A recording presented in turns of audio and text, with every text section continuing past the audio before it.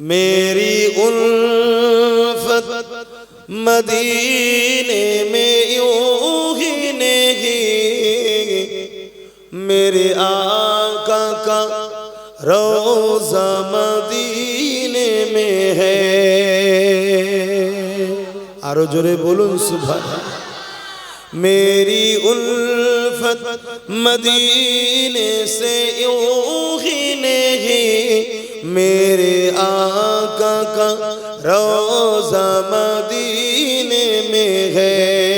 میں مدینے کی جانب نہ کیسے کھینچوں، میں مدینے کی جانب نہ کیسے کھینچوں، میرا دین و دنیا مدینے میں ہے۔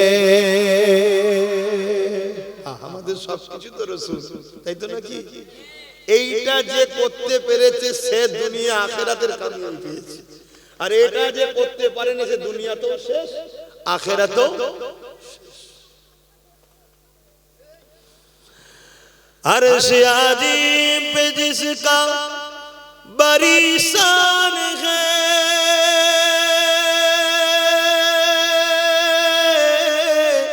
روضۂ مصطفیٰ جس کی پہچان ہے، روضۂ مصطفیٰ جس کی پہچان ہے، جس کا ہم پلہ کوئی محلہ نہیں، جس کا ہم پلہ کوئی محلہ نہیں، ایک ایسی محلہ مدینے میں ہے۔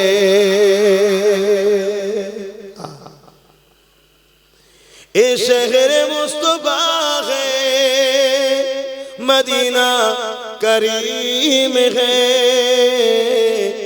اے شہر مصطفیٰ ہے، مدینہ کریم ہے، سب کو نبھا رہا ہے، مدینہ کریم ہے، کیوں نہ ایک کریم ہے، آقا کریم ہے، کیوں نہ ایک کریم ہے، آقا کریم ہے، سب کو نبھا رہا ہے، مدینہ کریم ہے۔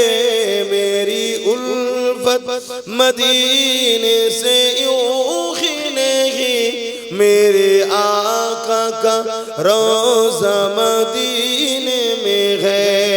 میں مدینے کی جانب نہ کیسے کھینچوں، میں مدینے کی جانب نہ کیسے کھینچوں، میرا دین و دنیا مدینے میں ہے۔ بارے بارے بھابی একা বসে নিরালায় রে,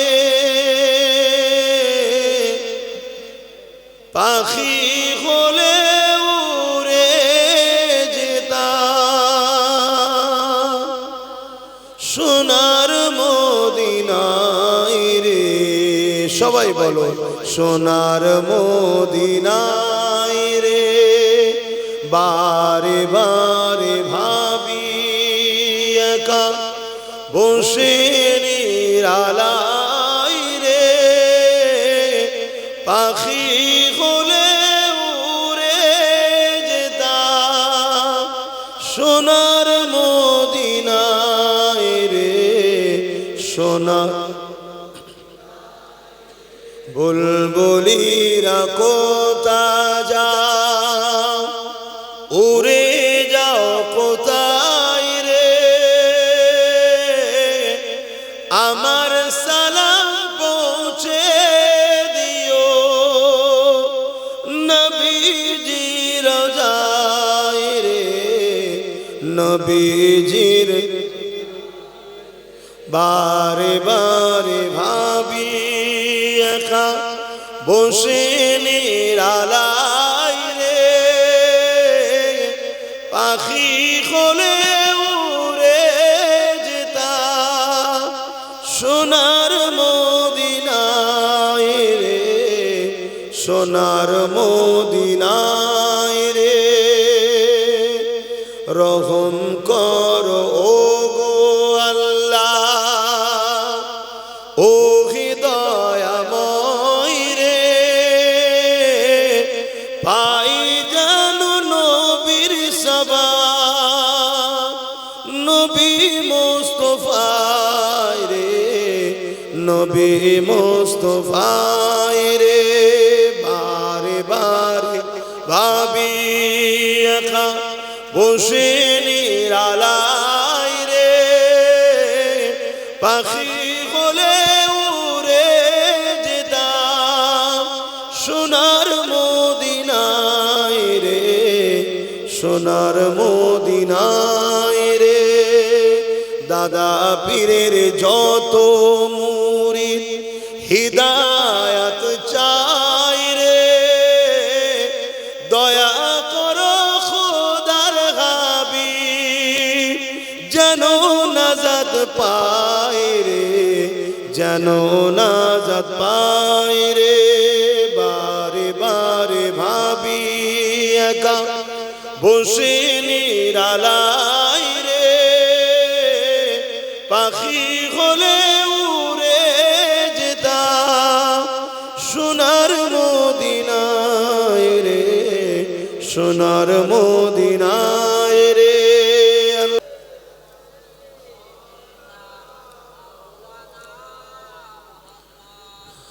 মধুর চেয়েও মধুর আরো আমার নবীর নাম,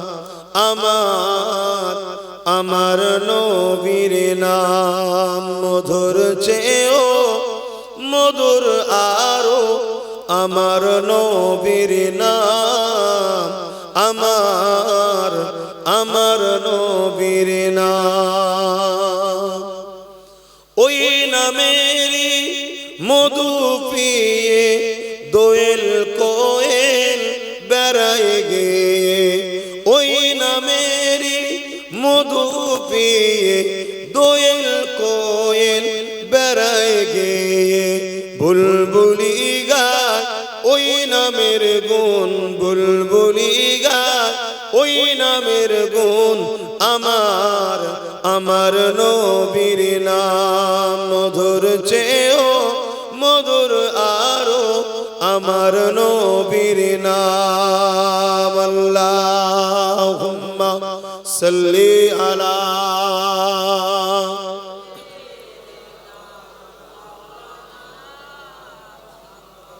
ওয়ালা আলি।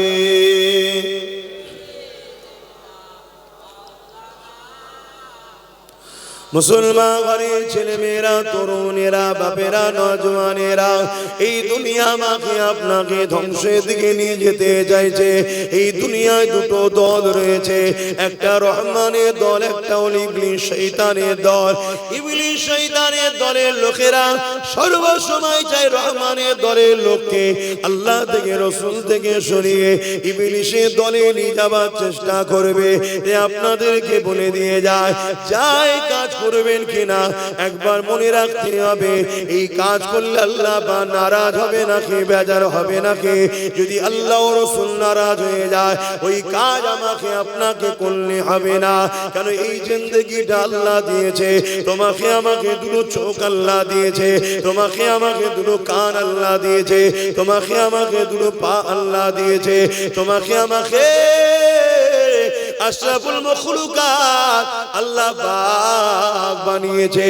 যদি জীব জন্তু আল্লাহ বানাতো এই দুনিয়া তোমাকে আমাকে অবহেলা করত, এই দুনিয়া তোমাকে আমাকে খাটাতো, এই দুনিয়া তোমাকে আমাকে মারতো, এই দুনিয়া তোমাকে আমাকে জুলুম করত। এ যুবকেরা, তরুণেরা, আল্লাহ তোমাকে আমাকে আশরাফুল মখলুকাত করেছে। এই তোমার আমার বাবা দরকার।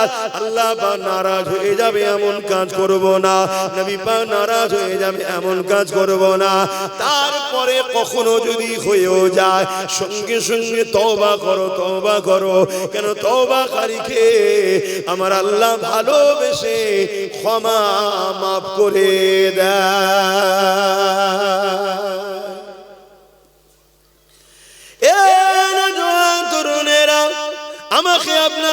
ভাবা দরকার আমার আপনার জন্য মডেল হলো রাসূলুল্লাহ। মাতাকুমুর রাসূল ফাখুযুহু ওয়া মা নাহাকুম আনহু ফান্তাহু। নবী যা আদেশ করেছে মেনে নিতে হবে, নবী যা নিষেধ করেছে ছেড়ে দিতে হবে। লাকাদ কানা লাকুম ফি রাসূলিল্লাহি উসওয়াতুন হাসানা। আল্লাহ পাক আমার নবীকে আমার আপনার জন্য মডেল করে পাঠিয়েছে গো। তুমি নামাজ কিভাবে পড়বে আমার নবীকে দেখো, অন্য কাউকে নয়। রোজা কিভাবে রাখবে আমার নবীকে দেখো, অন্য কাউকে নয়। হজ কিভাবে করবে আমার নবীকে দেখো, অন্য কাউকে নয়। এক কথায় তোমার ধর্মনীতি আমার রাসূলকে দেখে, তোমার সমাজ নীতি আমার রাসূলুল্লাহকে দেখে, তোমার পরিবার নীতি আমার রাসূলুল্লাহকে দেখে, তোমার আত্মীয়তা নীতি আমার রাসূলুল্লাহকে দেখে, তোমার প্রতিবেশী নীতি আমার রাসূলুল্লাহকে দেখে, তোমার রাজনীতি আমার রাসূলুল্লাহকে দেখে। আমার রাসূল সাল্লাল্লাহু আলাইহি ওয়াসাল্লাম তিনি জানিয়ে দিয়েছে যে রাজনীতি নেতাটা ইনসাফ পরায়ণ হবে, মানুষের উপরে জুলুম করবে না, মানুষকে হক দেবে, মানুষকে ভালোবাসবে, মানুষের উপরে ইনসাফ করবে, আল্লাহ নবী জানিয়ে দিলেন ওই নেতাকে আল্লাহ কিয়ামতের দিনে আরশে আজিমের ছায়া দেবে।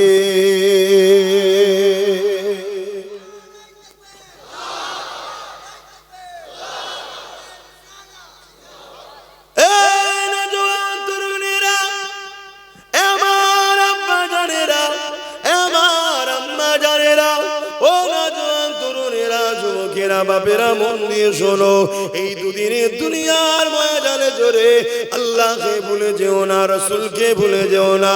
কেন নবী আমার আপনাকে বড় মহব্বত করে, আমার আল্লাহ আমাকে আপনাকে বড় মহব্বত করে। আমি আপনি যখন আল্লাহ রাসূলের নাফরমান কোন কাজে যায়, হয়তো দুনিয়ার কোন জালিম নেতা তোমাকে নিয়ে যাচ্ছে, চ অমুকের ঘরটা ভাঙবো, অমুকের জমিটা দখল করব, অমুকের নামে তুই মিথ্যা সাক্ষী দিবি, আমার আল্লাহ তখন তোমাকে বারবার ডাকতে লাগে, ওরে আমার বান্দার এইদিকে যাস না, ওটা নাফরমানির রাস্তা, ওটা অন্যায়ের রাস্তা, ওটা শয়তানি রাস্তা। কারোর উপরে মিথ্যা ইলজাম দিতে নাই, কারোর উপরে জুলুম করতে নাই, কাউকে আঘাত করতে নাই। তোদের যদি লড়াই করতে হয়, তোদের যদি ভালোবাসতে হয়, তোদের যদি আত্মীয়তা করতে হয়, মান আহাব্বা লিল্লাহ ওয়া আবগাদা লিল্লাহ ওয়া আতা লিল্লাহ ওয়া মানা লিল্লাহ ফাকাদ ইস্তাকমালাল ঈমান। তোরা ভালোবাসবি আমি আল্লাহ আমার জন্য, তোরা দুশমনি করবি আমি আল্লাহ আমার জন্য, তোরা আত্মীয়তা করবি আমার জন্য, বিচ্ছেদ হবে আমার জন্য। যেখানে আমি আল্লাহ নাই ওখানে যার জন্যই বলুক না কেন, তোরা একে অপরের সঙ্গে দুশমনি করবি না, একে অপরকে তোরা ভালোবাসতে যাবি না। যখন ভালোবাসবি উদ্দেশ্য যেন আমি আল্লাহ থাকি।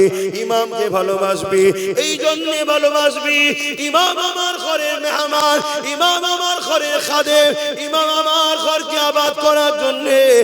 আমি আল্লাহ আমার 5 ওয়াক্ত নামাজের জন্য সে ইমামতি করে, তাকে ভালোবাসবি আমার জন্য। যদি ওই ইমাম আমার পক্ষে না হয় তাহলে তাকে ভালোবাসাও যাবে না। হুজুরকে ভালোবাসবি আমার জন্য, মুফতিকে ভালোবাসবি আমার জন্য, আলেমকে ভালোবাসবি আমার জন্য। কিন্তু ওই হুজুর ওই মুফতি মাওলানা যদি আমার পক্ষে না হয়, দুনিয়ার স্বার্থবাদ যদি হয়ে যায়, তাদেরকেও ভালোবাসা যাবে না। শুনছেন তো নাকি? তাহলে আব্বাসকে ভালোবাসতে যদি হয় কার জন্য ভালোবাসবে? জোরে বলো, হাত তুলে দেখান, শাহাদত আকুল বলুন আল্লাহর জন্য, বলুন আল্লাহর জন্য। হাত নামান। আমার সঙ্গে যদি কারো লড়াইও করতে হয়, উদ্দেশ্য কার জন্য? জোরে বলুন আকুল তুলে, আল্লাহর জন্য, আল্লাহর জন্য। হুজুর তো কি হয়েছে, যদি হুজুরের সঙ্গে লড়াই করতে হয় উদ্দেশ্য যেন আল্লাহ থাকে, গ্রুপবাজি নয়। শুনছেন? আমার নেতার বিরুদ্ধে বলেছে চলো ওর সঙ্গে ঝগড়া করবো না। যদি আল্লাহর জন্য আমার সঙ্গে কেউ লড়াই করে, আল্লাহর জন্য তার লড়াইটা ঠিক। আর আল্লাহর জন্য যদি কেউ আমায় ভালোবাসে, ভালোবাসাটাও ঠিক। অন্য কোন স্বার্থ আমাদের চলবে না। দুনিয়ার বাকি কে কি করছে আমার দেখার দরকার নেই বাপ। আমি তুমি বিশ্বাস করি তো আখিরাত আছে, বাকিরা বিশ্বাস করে না, তারা যা খুশি করতে পারে, আমার কি দেখার দরকার। কিন্তু তুমি আমি বিশ্বাস করি মরণের পরে উঠানো। বলুন বলুন, এটা মানেন তো?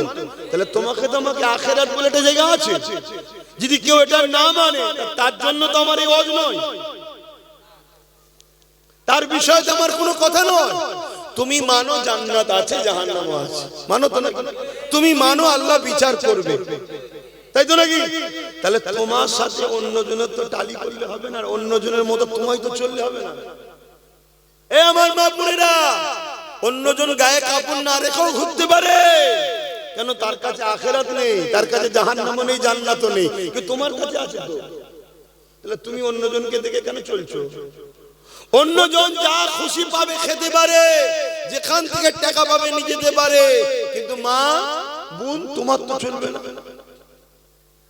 তোমাকে তো আখিরাত বিশ্বাস করো, আর যদি বলো না আখিরাত মানিনি, ভাই তাহলে তো তার কাছে আমার হজ করার কি বুঝাবো? আমি যে কোরআন মানে না, রাসূল মানে না, আল্লাহ মানে না, নবী মানে না, আখিরাত মানে না, তাকে আমি কি বুঝাবো ভাই?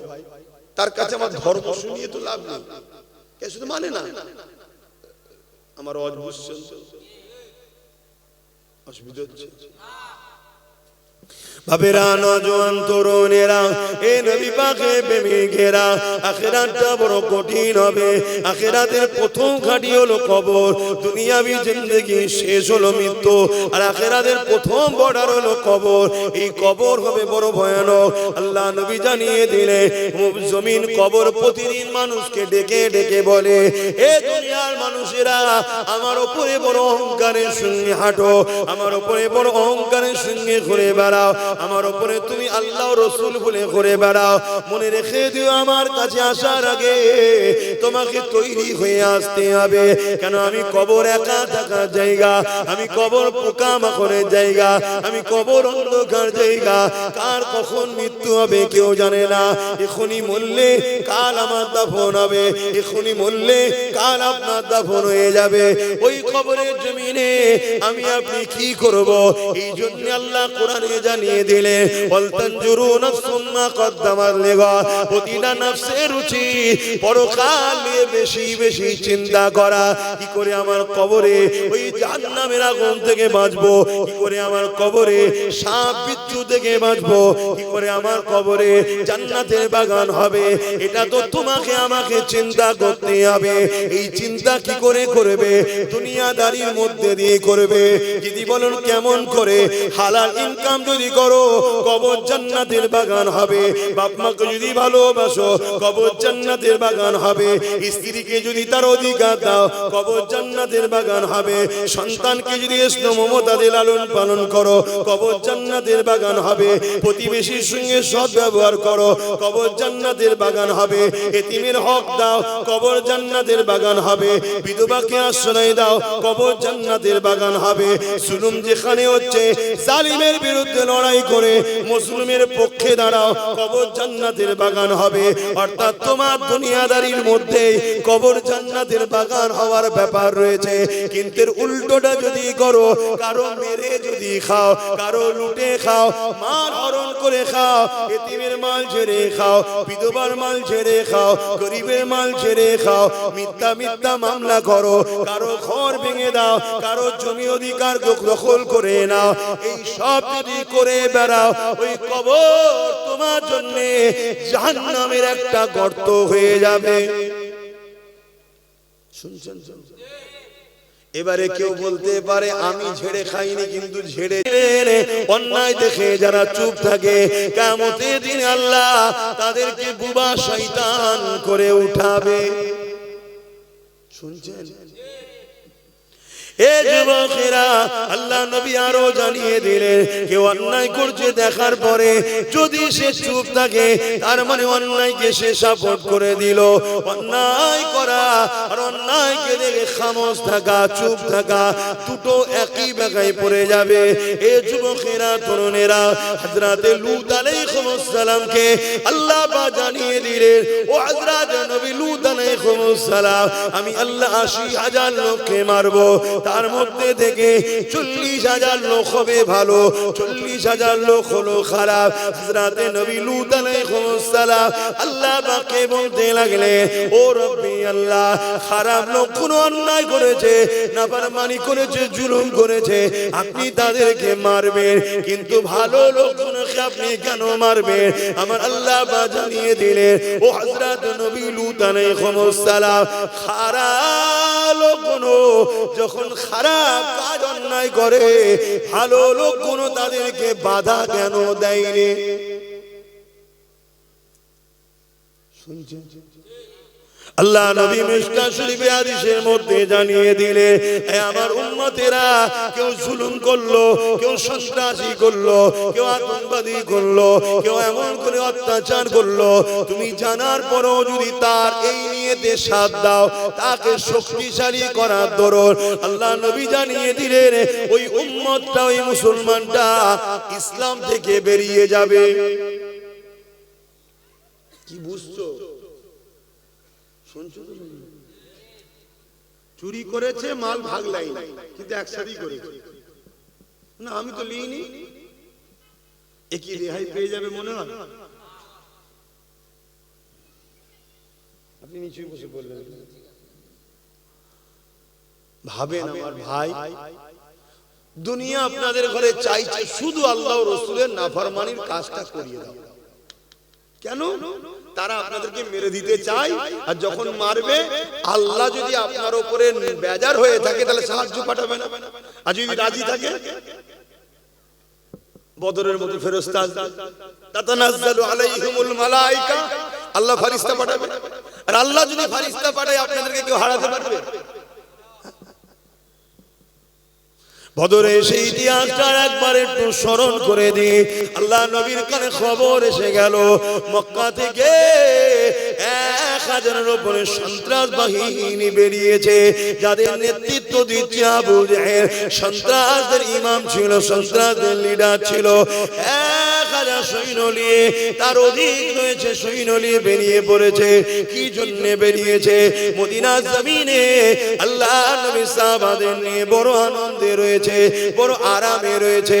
মদিনা থেকে দুনিয়া জমিনে আল্লাহ নবী হকের মেসেজ দিচ্ছে, ইনসাফের মেসেজ দিচ্ছে, মানবতার মেসেজ দিচ্ছে, মা বাপের হকের কথা বলছে, স্ত্রীর মর্যাদার কথা বলছে, স্বামীর হকের কথা বলছে, এতিমের হকের কথা বলছে, বিধবার হকের কথা বলছে।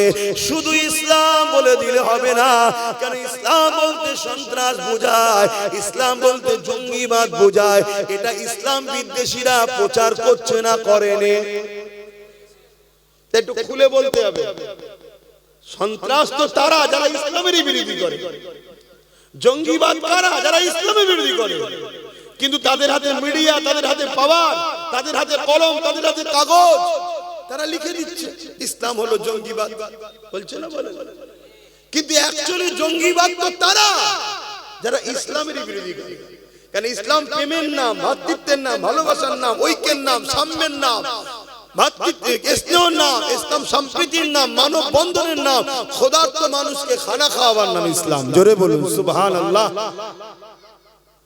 তাই একটু খুলে খুলে বলছি।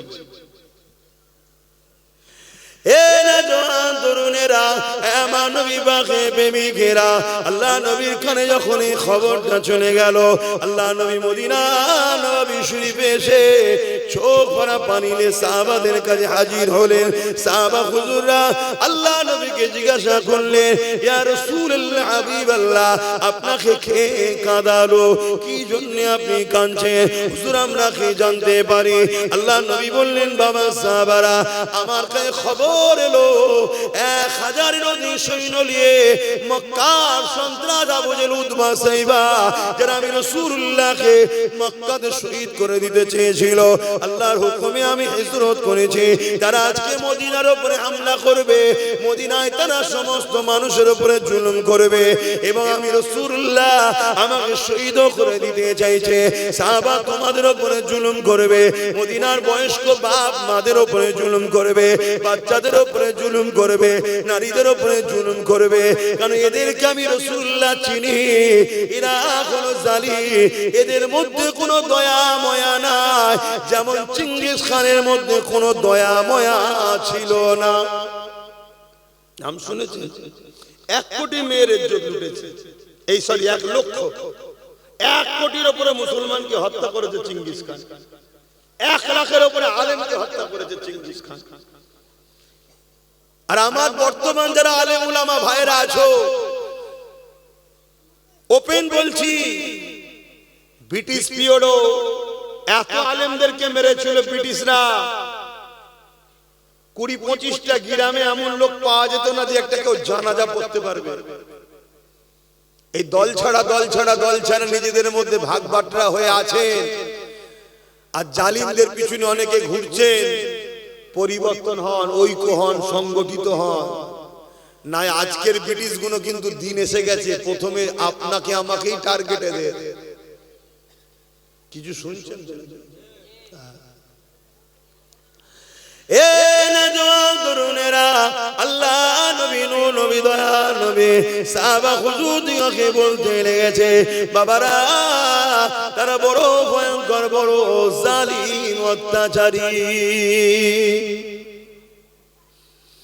এ নওজওয়ান তরুণেরা, কতটা কষ্ট করেছে নবী আমার, সেই নবীর দিনকে আজ লোক গালি দিচ্ছে, সেই নবীর রেখে যাওয়া কোরআনের শানে মিথ্যাচারী করছে, সেই নবীর ইসলামের নামে মিথ্যা প্রচার করছে। উম্মতে মুহাম্মাদি, তোমার আমার কোনো খেয়াল নাই, তোমার আমার কিছু যায় আসছে না। তুমি আমি কি করে 500 টাকা ইনকাম করব, কার কাজে গেলে 1000 টাকা পাবো, এই নিয়ে তুমি আমি ব্যস্ত। মনে রাখবে, ভিক্ষা চেয়েছে তোমাকে আমাকে জীবন কাটাতে হবে। আর তুমি যদি মনে করো আমি ইজ্জতওয়ালা হতে চাই, শানওয়ালা হতে চাই, সম্মানওয়ালা হতে চাই, দুনিয়া আখিরাতের কামিয়াবি পেতে চাই, তাহলে তোমাকে আমাকে আল্লাহ যে জন্য বানিয়েছে ওই ডিউটিতে লেগে যাও। আল্লাহ কি জন্য বানিয়েছে? আল্লাহ বানিয়েছে কুনতুম খায়রা উম্মতি উখরিজাত লিন-নাস তা'মুরুনা বিল মা'রুফ ওয়া তানহাউনা আনিল মুনকার।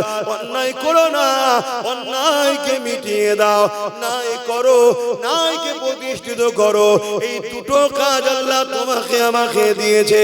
অর্থাৎ অন্যায়কে বন্ধ করো, অন্যায় করলে কেউ তাকে রুখে দাও, ন্যায় কাজ করো, সমাজকে ন্যায় প্রতিষ্ঠিত করো। নামাজ পড়া যেমন নাই, নারীদের ইজ্জত লুটা হচ্ছে, এই নারী মায়ের জাতের হয়ে লড়াই করে এই রেপকে সমাজ থেকে বন্ধ করা, এটাও হলো তোমার আমার জন্য হুকুম। কি উচিত না উচিত? রোজা রাখা যেমন হুকুম, এই সমাজের এতিম, অসহায়, গরিব খেতে পাচ্ছে না, তাদের খাওয়ার ব্যবস্থা করারও হুকুম আমাদের জন্য। যাক, আমি ওই দিকে আমি যাচ্ছি না। আমি বদরের কথা বলছিলাম। আল্লাহ নবী কাঁদছেন, সাহাবা হুজুররা জিজ্ঞেস করলেন, হুজুর কে কাঁদালেন? আল্লাহ নবী বললেন, বাবা আমি খবর পেলাম 1000-এর উপরে সৈন্য নিয়ে আবু জেহেল সন্ত্রাস আসছে, মদিনার উপরে হামলা করবে। বাবা তোমরা তো সবে ইসলাম কবুল করেছো, শুনছেন? তোমরা তো সবে মুসলমান, ইসলাম কবুল করেছো, তোমরা কি আমার সাথ দেবে? আর আজকে আমরা কত বছর ধরে মুসলমান, আমার বাপ মুসলমান, তোমার আব্বা, তোমার দাদু, তোমার নানা সব তো মুসলমান নাকি? আর আমরা ইসলামের জন্য কি করছি বলো?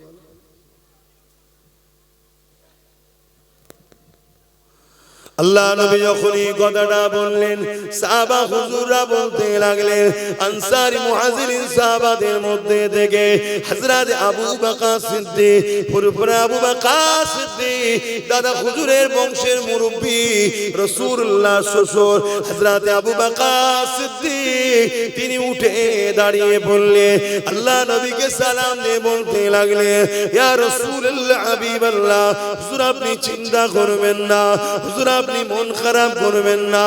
আমি আনসারী মুহাজিরিনদের তরফ থেকে আমি আবু বকর জানিয়ে দিলাম, আমরা আপনাকে ছেড়ে শুনে যাব না। ইয়া রাসূলুল্লাহ হাবিবাল্লাহ, আমরা মুসা নবীর উম্মতের মতো নয়। মুসা নবীর উম্মতেরা মুসা নবীকে বলেছিল ফিরাউনের বিরুদ্ধে আপনি আর আল্লাহ লড়ুন, আমরা নাই, আমরা নাই। হযরত আবু বকর সিদ্দিক বললেন, ইয়া রাসূলুল্লাহ হাবিবাল্লাহ, ওই রকম আমরা বলবো না, আমরা আপনাকে ছেড়ে যাব না। মানুষে মানুষকে কেন ভয় করব? ইয়া রাসূলুল্লাহ হাবিবাল্লাহ, ইজাজতটা শুধু দিন, আমরা আমাদের জান আপনার জন্য কুরবান করে দিতে পিছপা হব না। আজকে উম্মতকে জিজ্ঞেস করছি, আজকেও যদি নবীর দিনকে কেউ মিটাতে চায়, আপনারা সেই নবীর বংশের আওলাদ যদি ডাক দিই চলো লড়তে হবে, আপনারাও বলবেন না তো মুসা নবীর উম্মতদের মতো? সাথ দেবেন আমার নবীর দিনের স্বার্থে দেবেন? হ্যাঁ, যদি দিতে পারেন তো আলহামদুলিল্লাহ। আমার জন্য তো আর দিচ্ছেন না, দিচ্ছেন রাসূলের দিনের জন্য। এ নওজোয়ান তরুণেরা, আমার আব্বা জানেরা, আমার আম্মা জানেরা, আমার ভাইরা, নওজোয়ান তরুণেরা মন দিয়ে শোনেন। আল্লাহ নবী বড় খুশি হয়ে গেলেন। মুহাজিরিন সাহাবাদের পক্ষ থেকে আবু বকর সিদ্দিক হুজুরের কথা শুনে, কিন্তু এমন করে আনসারী সাহাবাদের পক্ষ থেকে কোনো খবর আসছে না। আল্লাহ নবী আবার বললেন, হে আমার আনসারী সাহাবারা, বাবারা আপনারা কি বলতে লেগেছে? ওই সময় আনসারী সাহাবাদের মধ্যে থেকে একজন সাহাবী দাঁড়িয়ে গেলেন, দাঁড়িয়ে গিয়ে বলতে লাগলেন, ইয়া রাসূলুল্লাহ হাবিবাল্লাহ, আমরা আনসারী সাহাবাদের পক্ষ থেকে যেদিন আপনি মক্কা থেকে মদিনায় এসেছিলেন, আপনাকে পেয়ে আমরা আকাশের চাঁদ পাওয়ার থেকেও অনেক বেশি খুশি হয়েছিলাম।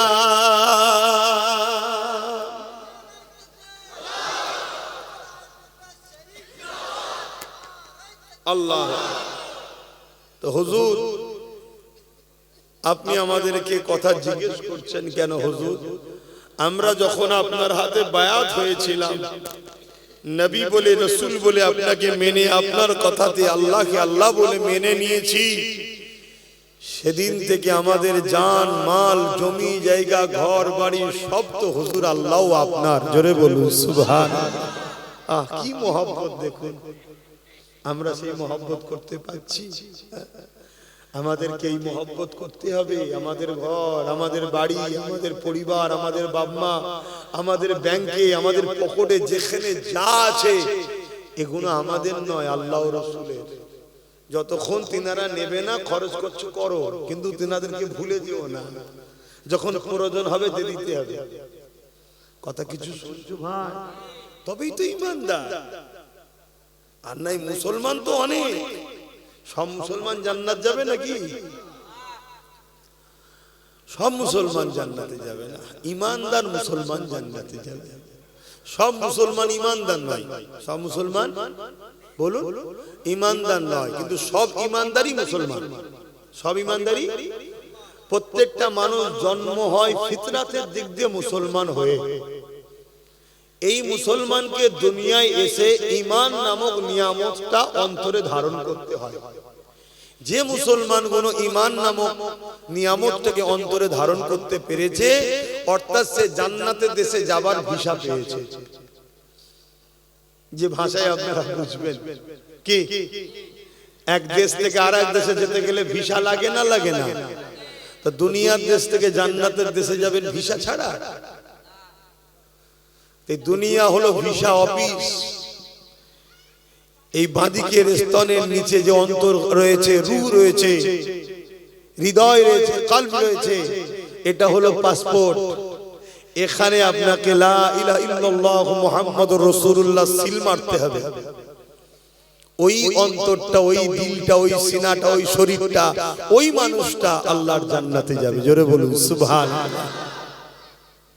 আর যার এখানে নেই, সে তার বাপ হাজি, মা হাজি, পরিবারের সব হাজি, বাপ হাজি, বাপ পিস, দাদু পীর সব পীর তো কি হয়েছে শুনছেন তো নাকি? সব জান্নাতে যাবে, সে বেটা ফসকে যাবে। কিয়ামতের দিন অনেক বাপ জান্নাতে যাবে, ছেলে জাহান্নামে চলে যাবে। অনেক ছেলে জান্নাতে যাবে, বাপ জাহান্নামে চলে যাবে। অনেক মা জান্নাতে যাবে, মেয়ে জাহান্নামে যাবে। মেয়ে জান্নাতে যাবে, বাপ জাহান্নামে যাবে। কিছু করার নেই। এটা দুনিয়ার সম্পর্ক, বাপ বেটা, ভাই বোন, স্ত্রী, দুনিয়াদার। মৃত্যুর পরে সব সম্পর্ক শেষ। কিয়ামতের দিনে আজব বিষয় হবে, আজব বিষয়। কিয়ামতের দিন দেখা যাবে এমন এমন লোক জাহান্নামে যাচ্ছে, যাদেরকে দেখে ময়দানে মাহশরে সবাই অবাক হয়ে যাবে, এই লোকটা জাহান্নামে যাচ্ছে কি রে? আমরা তো জানতাম ফেরেশতার থেকে ভালো। শুনছেন? আবার কিয়ামত দিন এমন লোক জান্নাতের লাইন দিয়েছে, যাকে দেখে সবাই মাথায় হাত দিয়ে বলি, সর্বনে জীবনে ভালো কাজ করেছে দেখিনি, এ জান্নাত যাচ্ছে কেন? শুনছেন? খুব সাবধান, খুব সাবধান। আল্লাহর হুকুম মানেন, নবীর হুকুম মানেন, কিন্তু এই হুকুম মানেন মহব্বতের সাথে, রাসূলকে আদবের সাথে মেনে নিয়ে। কষ্ট হচ্ছে না তো? একটু বলি নাকি?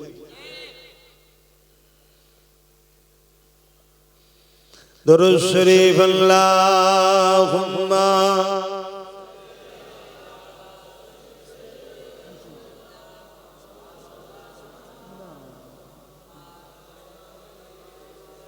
আমার এই ছেলেটা কোথায় গেল? আমার সাথে যে ছেলেটা এসেছিল কোথায় গেল? ও আসলে ওকে বলে আল্লাহুম্মা সাল্লি আলা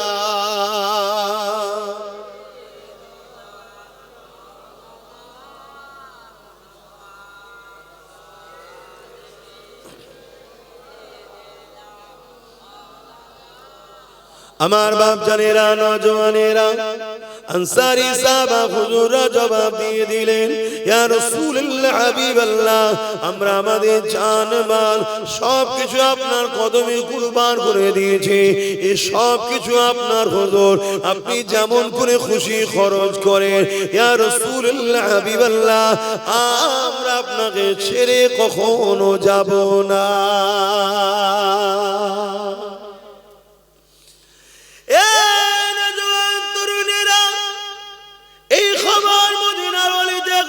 ছড়িয়ে বলল, হঠাৎ করে এক বাড়ি থেকে কথা কাটাকাটির আওয়াজ হচ্ছে, চিৎকার চেঁচামেচির আওয়াজ হচ্ছে। কি হয়েছে? বাপ আর বেটাতে ঝগড়া লেগেছে। ঝগড়া তোমার আমার গ্রামের মতো ঝগড়া নয়, এই ঝগড়া হলো জান্নাত কিনার জন্য কম্পিটিশনের ঝগড়া। বাপ বলছে, বাবা ছেলে তুমি ঘরে থাকো, আমি রাসূলুল্লাহ সঙ্গে বদরের জমিনে যাব। যদি জালিমরা হামলা করে দেয়, রাসূলুল্লাহর জন্য নিজেকে ঢাল বানিয়ে আমি শহীদ হয়ে জান্নাতে চলে যাব। ছেলে বলছে, না আব্বা জান, এই সুযোগ আমি আপনাকে নিতে দেব না, এই সুযোগ আমি হাতছাড়া করব না। আমি জান্নাতে যাব, আমি রাসূলুল্লাহ সঙ্গে বদরে যাব, বদরে যাব। এ যুবকরে তাদের কি ঈমান ছিল, রাসূলুল্লাহর জন্য মরলে জান্নাত পাওয়া যায়, এই বিশ্বাস তাদের ছিল। কেন তোমার আমার বিশ্বাস হচ্ছে না? আল্লাহ নবীর জন্য, নবীর দ্বীনের জন্য, কোরআনের জন্য, আল্লাহর জন্য কেউ যদি পক্ষে থাকে, লড়াই করে, সে যদি অবস্থায় মারা যায়, আল্লাহ তার জীবনের গুনাহ মাফ করে বেহিসাব জান্নাতি করে দেবে। আর আল্লাহ যদি তাকে বিজয় দেয়, দুনিয়া তো সম্মানিত করবে, আখিরাতেও আল্লাহ সম্মানিত করবে। বলো, নবীর দ্বীনের জন্য লড়বে না? নবীর দ্বীন কি গরিবদের হয়ে লড়বে? বলো বলো। এতিমদের হয়ে লড়বে, বিধবাদের হয়ে লড়বে। অমুসলিম যদি অসহায় থাকে, তার উপরে কেউ জুলুম করে, জালিমের বিরুদ্ধে অসহায় অমুসলিমের পাশে দাঁড়িয়ে লড়বে। এটাও রাসূলের দ্বীন। বোঝো আমার কথা, যে রেকর্ড হচ্ছে সব। আমি চ্যালেঞ্জের সাথে বলছি, আমার নবী অমুসলিম দুঃখী গরিব অসহায় তাদের হয়েও লড়েছে। আমার নবীর মোহাব্বত ভালোবাসা স্নেহ আবদার প্রেম সম্প্রীতি প্রীতি ভালোবাসা দেখে মুসলিমরা দলে দলে দলে দলে দলে দলে আমার রাসূলের কাছে এসেছে, আমার নবীকে নিয়ে পরীক্ষা করেছে, যাচাই বাছাই করেছে। এত ভালো ব্যক্তি, এত ভালো ব্যক্তি। একদিন তাদের দিমাগ খুলেছে, আল্লাহ তাদেরকে হিদায়াতের বাতি জ্বালিয়েছে, তারা দলে দলে দলে দলে সব রাসূলুল্লাহর গোলাম হয়েছে। জোরে বলুন সুবহানাল্লাহ। আরে মুফতি সাহেবের কি খবর? আমাদের আবু তাহের সাহেব তো আসো, উপরে আসো, আসো, এখানে চাপাচুপি হয়ে যাবে, বসে আসো আসো। খেয়াল এখানেই বাড়ি নাকি? ও ওই আমার ছেলেকে বলতে হবে, ও না বললাম কিছু করতে হবে না। না ও ছেলে না, আমার সাথে যে সালামিনকে বলে, ও যদি বলে তবে হবে। কেন আমি ভাই হাজার চিন্তায় থাকি, কোথায় কি বলা আছে, কোথায় কি আছে না আছে, খবর আমার থাকে না। কথা বুঝে আসছে? অনেক জায়গায় তুললেও বিপদ, অনেক জায়গায় না তুললেও বিপদ। কে বলেছে সব কাজ করতে? আমরা সমস্যা হয়ে যাবে। এজন্য একটু কথা বলে নাও ভাই তোমরা, ব্যাস মিটে যায়। কোথায় গেল মৌলানা সাহেব? চেপে চেপে আসেন, বসুন আসেন।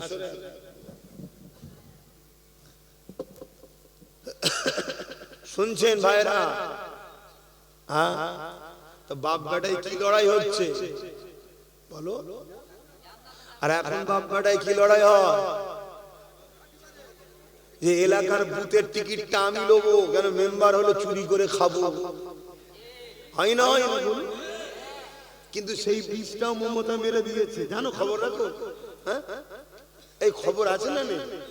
একটুখানি বলি রাজনীতির কথা, অসুবিধা একটুখানি একটুখানি। এই যে ওবিসি সংরক্ষণের নামে ওবিসি তালিকা এমন ভাবে দিয়েছে, আগামী দিন কোন মুসলমান আর কোন মুসলমান বুথ লেভেলের পঞ্চায়েতের যে সদস্য টিকিট আর পাবে না, জিততে পারবে না, দাঁড়াতে পারবে না ভোটে। তোমাদের খেয়ালই নাই।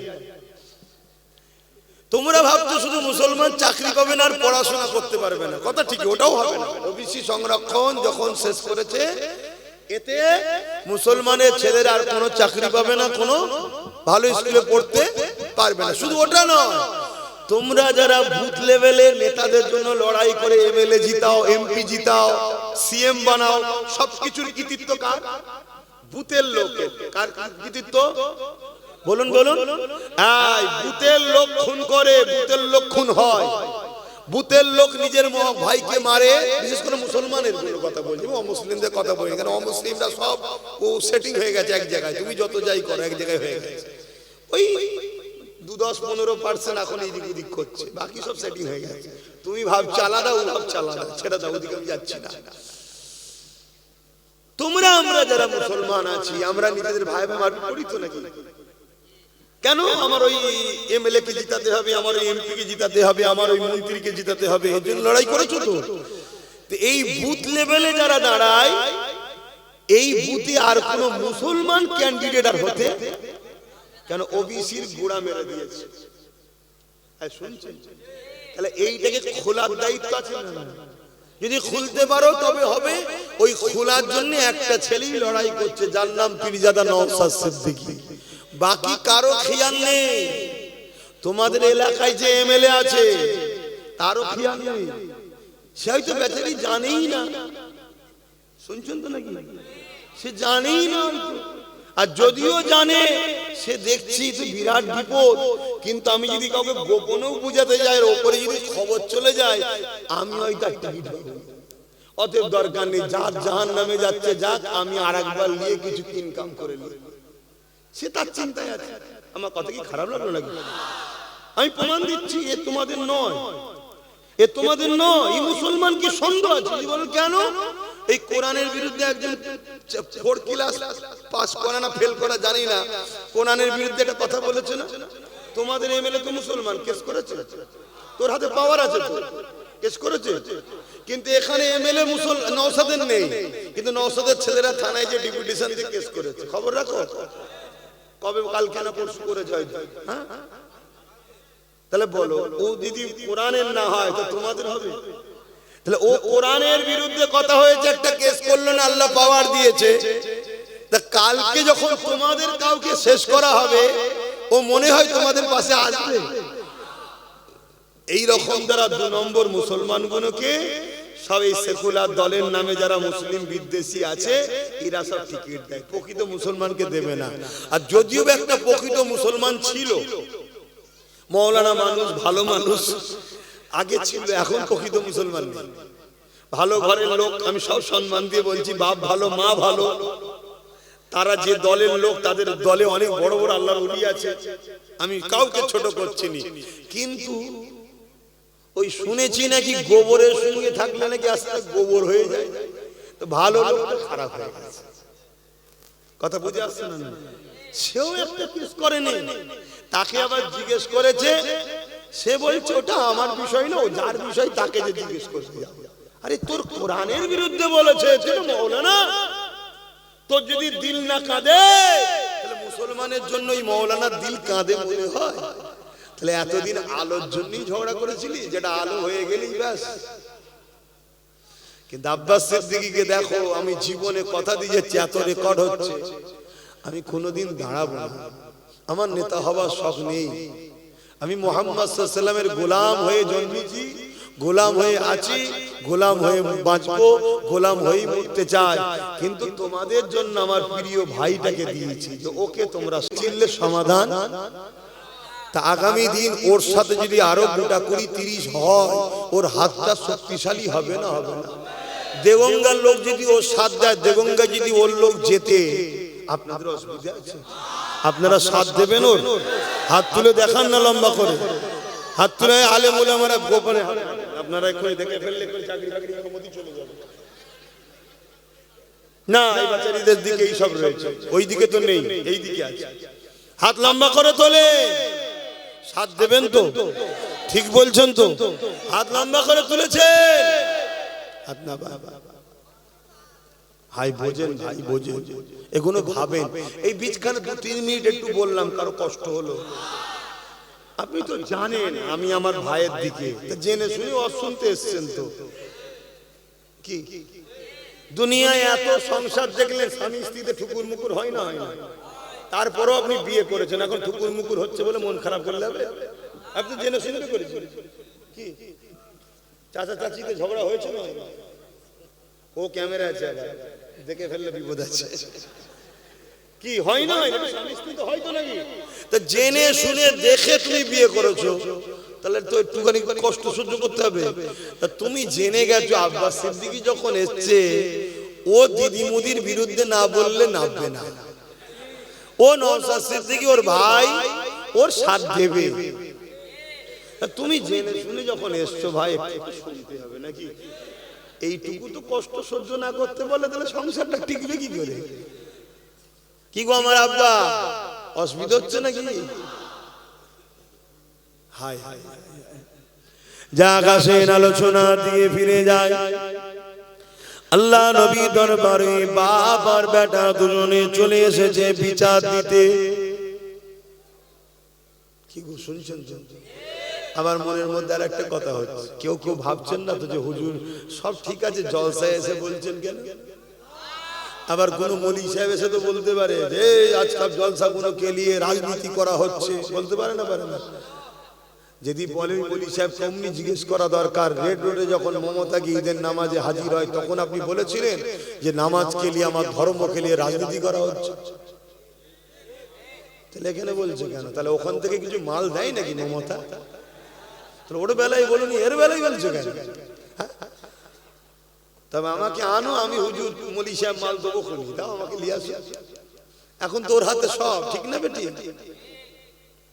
ইমামদের 3000 না 3500 দেয়, শুনছেন তো? আমার কথা শোনো, 10,000 15,000 20,000 করে দেবো, নিয়ে আসো। আগে সাগরটাকে দিতে হবে তো, যেখানে টাকার খনি আছে সেটা আছে মমতার হাতে। সে তো চুরি করে বিক্রি করে দিচ্ছে সব। মমতা চোর না? চোর নয়? জোরে বলুন, কোন সন্দেহ আছে কারো?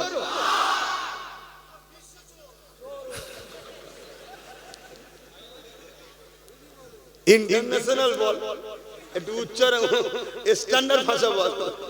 আজকে আবার শুনছি নাকি ফাইল চুরি করে পালিয়ে গেছে নাকি শুনছি। হ্যাঁ, তবে আমি এখানে বলবো কিন্তু এটা সেটিং এর কাজ চলছে, সব থেকে কিন্তু হই হই করুনি, এটা দিদি মুদির সেটিং। কেন মুসলমান দিদির থেকে সরে যাচ্ছে না, যাই না? যত মুসলমান দিদির থেকে সরবে তত মুদির মাথায় বাজ পড়বে। কেন মুদি দেখছে বাংলায় আমার আসার লাইন নেই, আমার বোনটাই থাক, তবুও আমার আইনটাকে পাস করালো তো নাকি? এই ওয়াকাফটাকে কে পাস করালো? যদি মুদি দিদি না থেকে অন্যজন থাকতো, মুদির ক্ষমতা ছিল এখান থেকে জমি নিয়ে যাবার। কেন জমি ল্যান্ডটা রাজ্য সরকারের হাতে, সব আইনগুলো জানতে হবে। রাজ্য সরকার যদি না দেয়, সেন্ট্রাল গভর্নমেন্টের ক্ষমতা নেই এখান থেকে এক টুকরো মাটি নিয়ে যেতে পারে, এটা রাজ্য সরকারের হাতে। তাহলে মুদি দেখছে এখানে দিদি চলে যায়, আমার বোন চলে যায়, অন্যজন যদি ঢুকে পড়ে, আর বিশেষ করে যদি নওশাদ আর তার সাথীরা চলে আসে, তাহলে তো মুদি এমনি রাত্রিরে শুয়ে নওশাদ করতে করতে কোন দিন শুনবে চলে গেছে। কথা বুঝে আসছে না? নাই? তাহলে এই জন্য এইসব নাটক করছে। আইওয়াস দেখেছিস, সত্যিই তো বিজেপির বিরুদ্ধে লড়ছে, আবার যাতে মুসলমান এরা কোণে ওঠে, এই জন্য লাইন ক্লিয়ার করছে। এত ঘাবড়াবার কিছু, এসব দেখে যেন আবার দিবানা হয়ে যাও। আহারে দিবানা হয়ে যাবে না? কেন এক সময় আমিও দিবানা হয়ে গেছিলাম, এক সময় আমিও। আহারে একটা মহিলার উপরে এত জুলুম হলো, আমি নিজের কথা বলছি। এক সময় ভেবেছিলাম যে একটা মহিলার উপরে এত জুলুম করলো বিগত সরকার যে ছিল, একটা মহিলা মানুষ এত মারার কি দরকার ছিল? এত জুলুম করলো, আমার নিজেকে একটা সিম্পেথি দিবানা হয়েছিলাম যে সাথ দিয়া দরকার। ওরে সর্বনাশ, এ তো পুরো পাক্কা ডাইনি। এ কথা ভুল বলছি? আমার আলিয়া মাদ্রাসাকে শেষ করে দিচ্ছে, আমার কবরস্থান, আমার ঈদগাহ, আমার খানকা সব শেষ। তাহলে ভুল আমিও করেছি, আপনারাও করেছেন। আমি তওবা অনেক আগে করেছি, আপনারা তওবা করেছেন তো নাকি? না, এখনো তওবা হয়নি। যদি না করে থাকেন করে নেন। কেন আমি ওপেন বলে যাচ্ছি, পৃথিবীর কোন মুফতি মাওলানা, মিশর হোক মদিনা হোক, যেখান থেকে খুশি ধরে নিয়ে আয়, আমি চ্যালেঞ্জ দিচ্ছি, যত বড়ই বলিস এবং নবীর হাদিস তো কাটা কারো ক্ষমতা নেই। মোদি আর দিদিকে যারা ভোট দেবে তাদের ঈমান চলে যাবে। এতদিন যারা ভোট দিচ্ছে ঈমান যায়নি কেন? এতদিন এরা এই জুলুমটা করে না, যেটা আজকে করছে। কি? ওয়াকাফকে মিটাচ্ছে। ওয়াকাফ মানে মসজিদ, মাদ্রাসা, কবরস্থান, ঈদগাহ, খানকা, অর্থাৎ ইসলামের পেহচান। ওয়াকাফ যদি না বাঁচে, তোমার ইসলাম আর থাকবে না। শুনছো তো? ওয়াকাফ হলো ইসলামের মূল একদম, যেখানে মসজিদ দাঁড়িয়ে আছে, মাদ্রাসা দাঁড়িয়ে আছে, কবরস্থান দাঁড়িয়ে আছে, ঈদগাহ দাঁড়িয়ে আছে, খানকা দাঁড়িয়ে আছে। তাহলে আজকে আমার ধর্মকে মিটাতে দুজন লেগেছে না লাগে না? এতদিন এ ওসব করেন, তাই চলো চাকরি করে চুরি করেছে, এটা করেছে, ওটা করেছে, কয়লা বালি পায়খানা সব চুরি করেছে। কথা বুঝে আসছে? আরে বাবা, চুরি করেছে খাবার জন্যই তো। এতদিন এসব করেছে, চলো ওটা দুনিয়ার ব্যাপার ছিল, গুনাহ হবে, হ্যান হবে, ত্যান হবে, এইসব ব্যাপার ছিল। কিন্তু এখন যেটা করতে চলেছে, এই ইসলামকে মিটাতে চলেছে। কথা বলো, আমার কথাই কষ্ট হচ্ছে। খুব ভালো তারা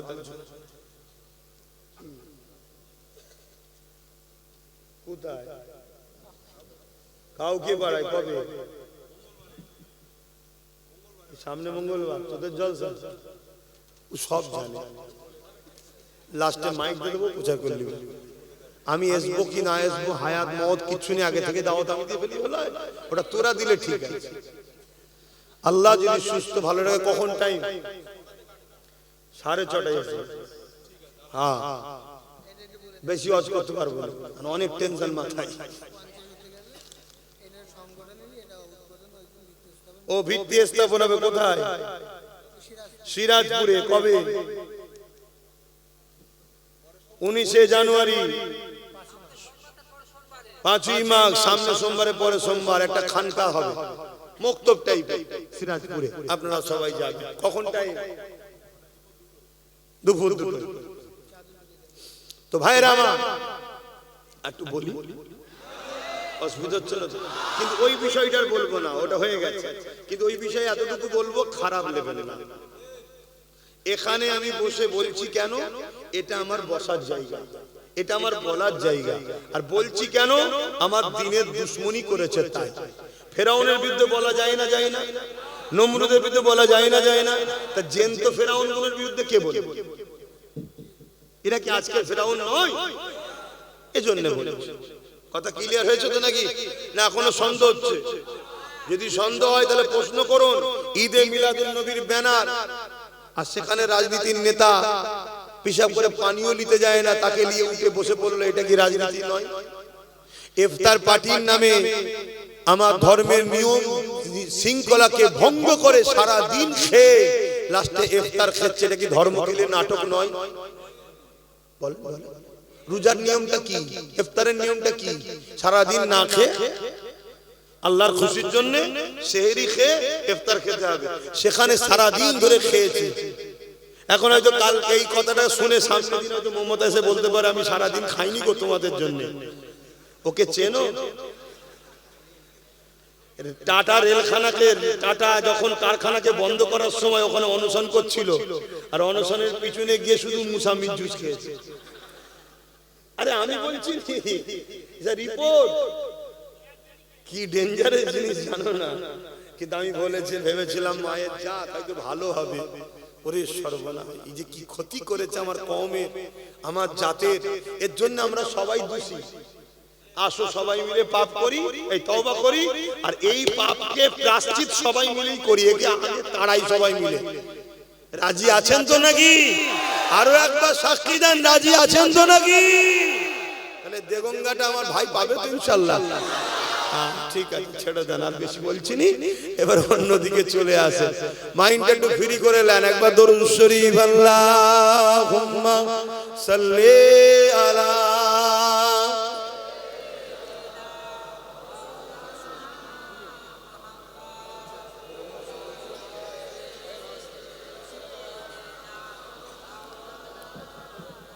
বাপজান আমার কেউ মনে বেজার হলেন না তো?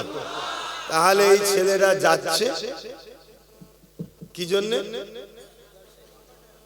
পকেটে হাত, জলসার জন্য। দেন দেন না, কি গো পকেটে হাত দেবে তো? নেই, দাও, যা যা খুশি দাও। আল্লাহুম্মা সাল্লি আলা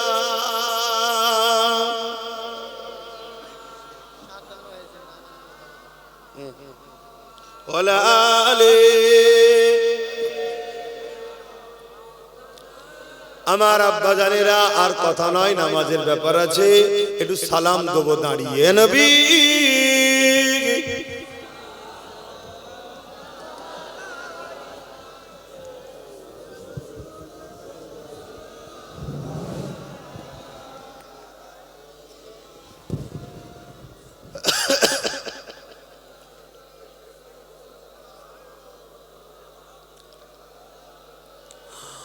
طلع البدر علينا من شنيات الوداع وجب الشكر علينا ما আহিদাই। ইয়া নবী সালাম, ইয়া রাসূল, ইয়া হাবিব,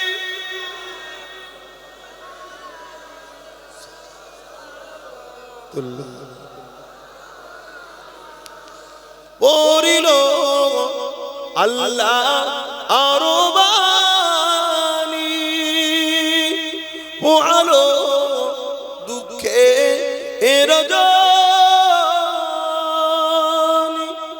হইল জগৎ অনুরানী, আমিনার নয়নের মনি। ইয়া নবী সালাম, ইয়া রাসূল সালাম,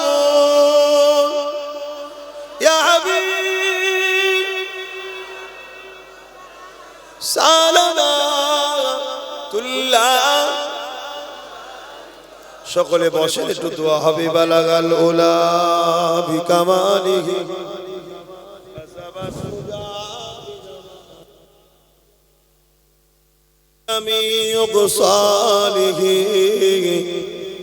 সাল্লু আলাইহি ওয়া আলিহি।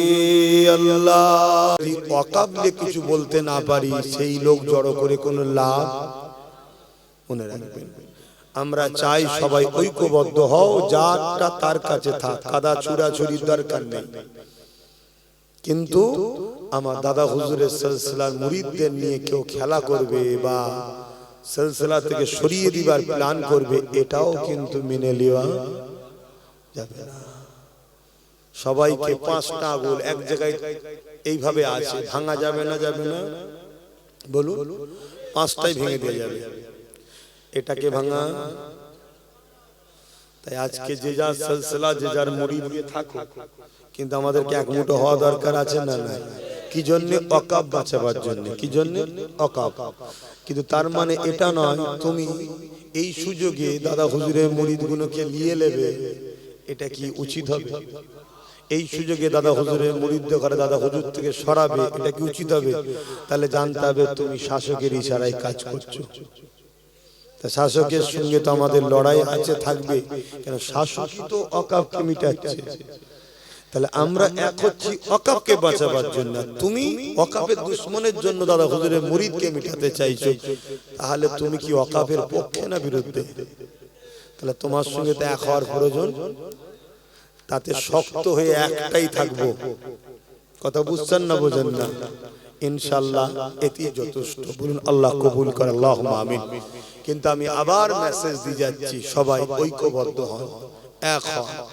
যার হুজুর, যার পীর, যার আমির, যার শায়েখ, ইসলাম সবার মাসলা সিলসিলা যার যার।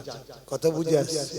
অতএব যে যেটাই আছো থাকো, একে অপরের নিয়ে কাদা ছোড়াছুড়ি করে টানাটানি করতে যেও না, তাহলে কিন্তু সবাইকেই মরতে হবে। কেন কবর যদি সবার চলে যায় তো বিপদে সবাই পড়ে যাবে।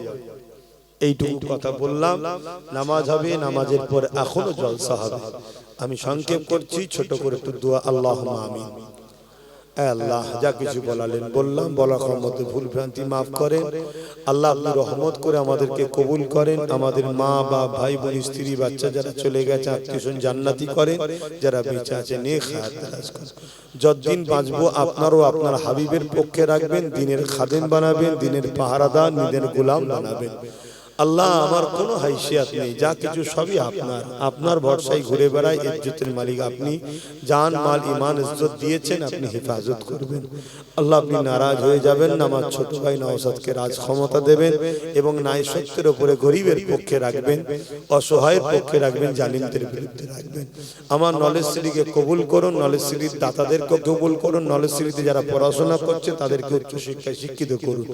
এই বাচ্চাগুলোকে আল্লাহ উচ্চশিক্ষায় শিক্ষিত করুন, সুস্থ রাখুন, ভালো রাখুন, নেককার করুন। আমার বাচ্চাকে আল্লাহ আপনার পাগল, আপনার হাবিবের পাগল, দ্বীনের খাদেম বানাবেন। আয় আল্লাহ আপনার নবীর গোলাম হিসেবে কবুল করেন। আল্লাহ আপনার নবীর গোলাম হিসেবে কবুল করেন। আল্লাহ আপনার নবীর গোলাম হিসেবে কবুল করেন। এই উম্মতকে আপনি বাঁচান আল্লাহ। এদেরকে লোভ লালসা থেকে সরিয়ে নিজেদের পায়ে দাঁড়িয়ে নবী বংশের আওলাদ নওশাদের সঙ্গে এদের দাঁড়াবার তৌফিক দেন। আর ধর্মের বিষয়ে আমার পাশে এদেরকে দাঁড় করিয়ে দেন আল্লাহ। আল্লাহ এদেরকে নিয়ে দ্বীনের পক্ষে লড়াই করার তৌফিক দান করুন। আমিন আমিন। বারহাক লা ইলাহা ইল্লাল্লাহু মুহাম্মাদুর রাসূলুল্লাহ। একটা শেষ কথা, আগামী দিন ওয়াকফের জন্য কলকাতায় যেতে হবে। যাবেন তো? কি বলছেন? হাত তুলে বলুন, যাবেন তো? যেতে হবে, ঐক্য হতে হবে, আন্দোলন বাড়াতে হবে। যত মাথা বাড়বে জালিমরা তত ভয় করবে। সালাম জান আমাকে। ওয়া আলাইকুম সালাম ওয়া রাহমাতুল্লাহি ওয়া বারাকাতুহু। আসসালামু আলাইকুম। হাতে মুসাফা কেউ করবেন না, যে যার মতো আস্তে আস্তে যাবেন। হরেন দিলে একটু সাইড দেবেন, নাই ফট করে লেগে যাবে। আপনারা আমার আপনজন হন, এটা খারাপ আমাকেও লাগবে, আপনাদেরও কষ্ট হবে। হ্যাঁ ভাইজান বলেন, কি হয়েছে? হ্যাঁ ভাইজান বলেন, কি দোয়া করতে হবে? আল্লাহ কাছে দোয়া করে তুমি যেন নবীর গোলাম হও। বলুন আমিন। আস্তে আস্তে চলে যান, নামাজ পড়ে নেন। নামাজ পড়ে এখানে নামাজ পড়বেন একটা নাকি?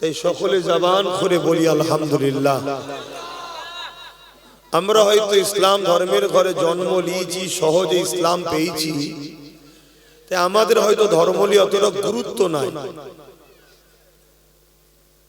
কিন্তু আপনি ভাবতে পারছেন যে আপনি জন্মসূত্রে আপনার রবকে চিনতে পেরে গেছেন। আল্লাহ যদি এখানে না পাঠিয়ে অন্য কোথায় পাঠাতো, না জানি আপনি হয়তো আপনার রবকেই চিনতে পারতেন না। বলুন তো কত জিল্লাত আপনার হতো। আর আজ হয়তো আমরা গুনাহগার ঠিকই, কিন্তু কাফের মুশরিক বেঈমান হয়ে যাইনি, আমরা রবকে চিনি। তাই একবার বলুন না সুবহানাল্লাহ, বলুন আলহামদুলিল্লাহ। অপরদিকে একটা বড় দুঃখের বিষয়, আমাদেরকে সবাই মারতে চায়। এর কারণ আমরা আল্লাহ ও রাসূলের পক্ষে, তাই কিন্তু হাকিকাতে কিন্তু আমরা পক্ষে নয়। কিন্তু আমাদের উপরে রাগ এই কারণে যে ইসলামের অনুসারী আমরা, তাই হাকিকাতে যদি আল্লাহর পক্ষে আমরা হই তাহলে নিশ্চিন্তায় থাকুন, আল্লাহ আমাদেরকে সাহায্য করবে, বিজয় আমাদেরই হবে। জোরে বলুন সুবহানাল্লাহ। কিন্তু আমাদেরকে যুগে যুগে জুলুম করেছে, মেরেছে, কষ্ট দিয়েছে, হত্যা করেছে, আমাদের মাথার এই খুলি দিয়ে, মাথা দিয়ে বড় বড় রাজপ্রাসাদ তৈরি করেছে, আমাদের রক্তেতে দাজলা নদী লাল হয়েছে। অপরাধ কি করেছি আমরা?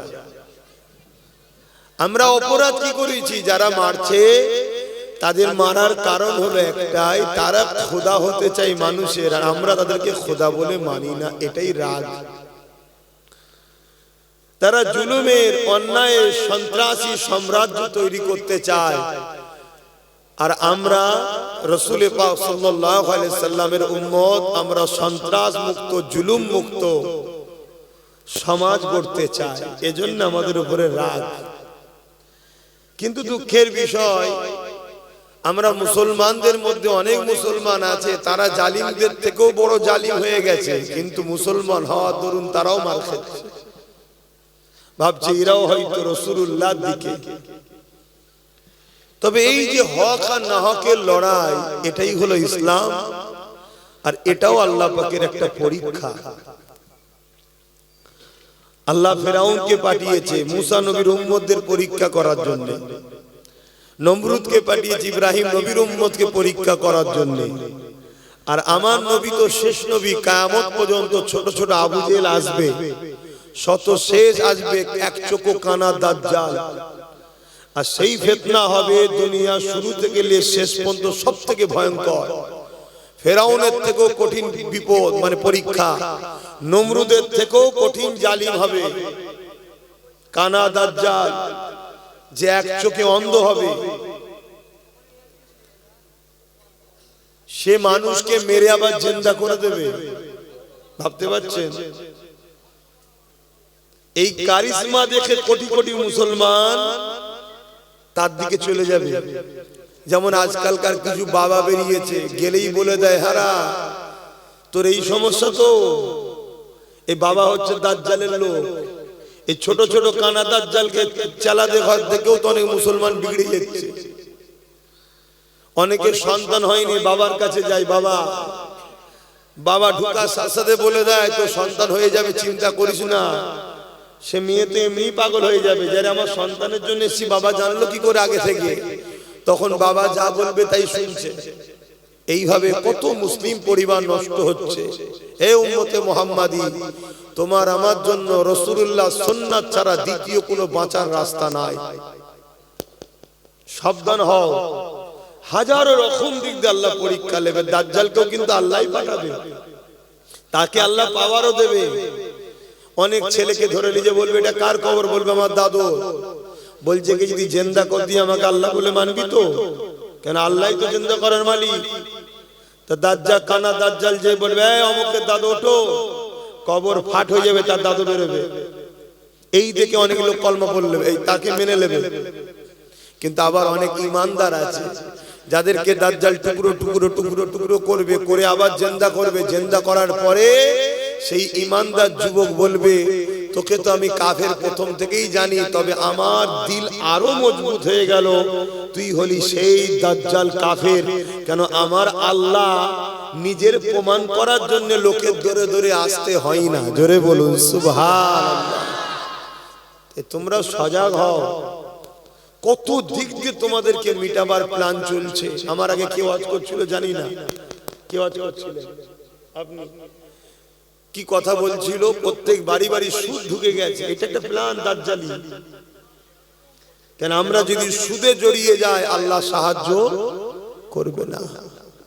আমাদেরকে যুগে যুগে মারা হয়েছে, কিন্তু আল্লাহ সাহায্যে বিজয় আমরাই লাভ করেছি। জোরে বলুন সুবহানাল্লাহ। আজও মারা হবে, কালও মারা হবে, কিয়ামত পর্যন্ত আমাদের ঘরে দুনিয়া সবাই মারবে। কেন? আমরা তাওহীদবাদী, আমরা রিসালাতবাদী, আমরা মহান স্রষ্টা রব্বুল আলামিনকে মানি। কিন্তু যুগে যুগে আল্লাহ আমাদেরকে সাহায্য করেছিলেন। কেন? আমরা আল্লাহ ছিলাম তাই। আজকেও মার হবে, কালকেও মার হবে। যদি আমরা আল্লাহ থাকি আল্লাহ আমাদেরকে সাহায্য করবেন। কিন্তু আমরা আল্লাহ থেকে সরে যাচ্ছি তো, আর আমাদেরকে সরানো হচ্ছে। আগেকার সময়ে জালিমরা আমাদের ঘরে জোর করে মরুভূমির গরম বালিতে শুইয়ে বুকের উপরে ভারী পাথর চাপিয়ে দিয়ে বলতো আল্লাহ রসুল ছেড়ে দে। সাহাবা হুজুররা বলতেন জান দিয়ে দেবো, আল্লাহ রসুল ছাড়বো না। জোরে বলুন সুবহানাল্লাহ।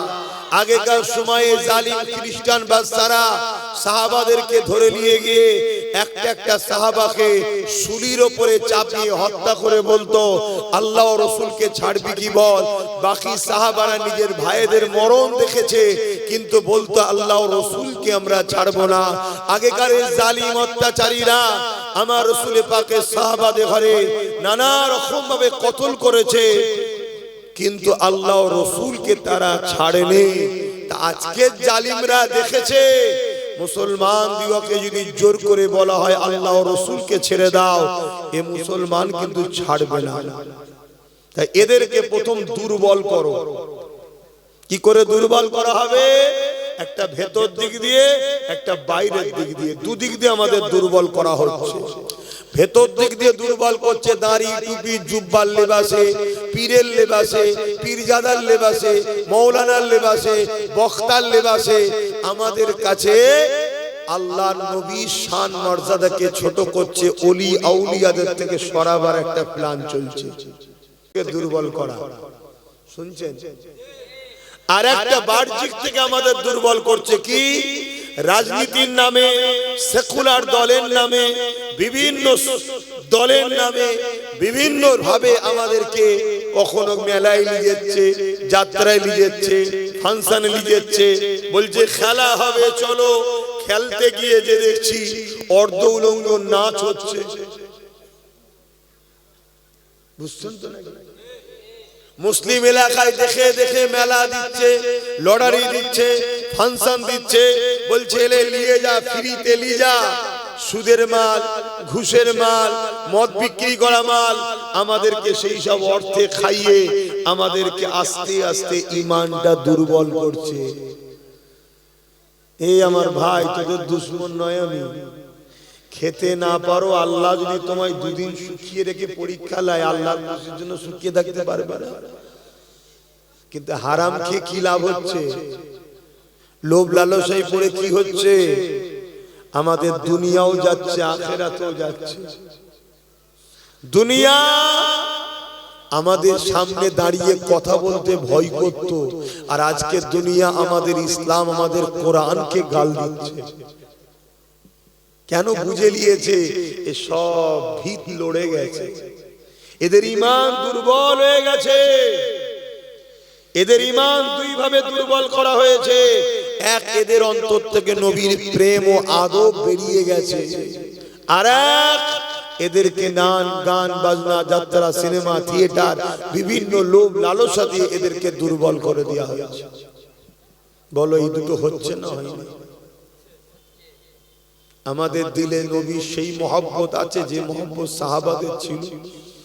আমাদের দিলে নবীর কি সেই মহব্বত আছে যে মহব্বত সুলতানে হিন্দ গরিবে নওয়াজের ছিল? আমাদের দিলে কি নবী সেই মহব্বত আছে যে মহব্বত বসিরহাটের বড় মাওলানা আল্লামা রুহুল আমিন সাহেবের ছিল? আমাদের দিলে কি নবী সেই মহব্বত আছে যে মহব্বত আশিকে রাসূল জুলফিকার আলী ছোট হুজুর পীর কেবলা ছিল? তাহলে এই দিক দিয়েও দুর্বল। অপর দিক দিয়ে আমরা কি দুনিয়ায় মুখকে বেঁচে চলতে পারছি?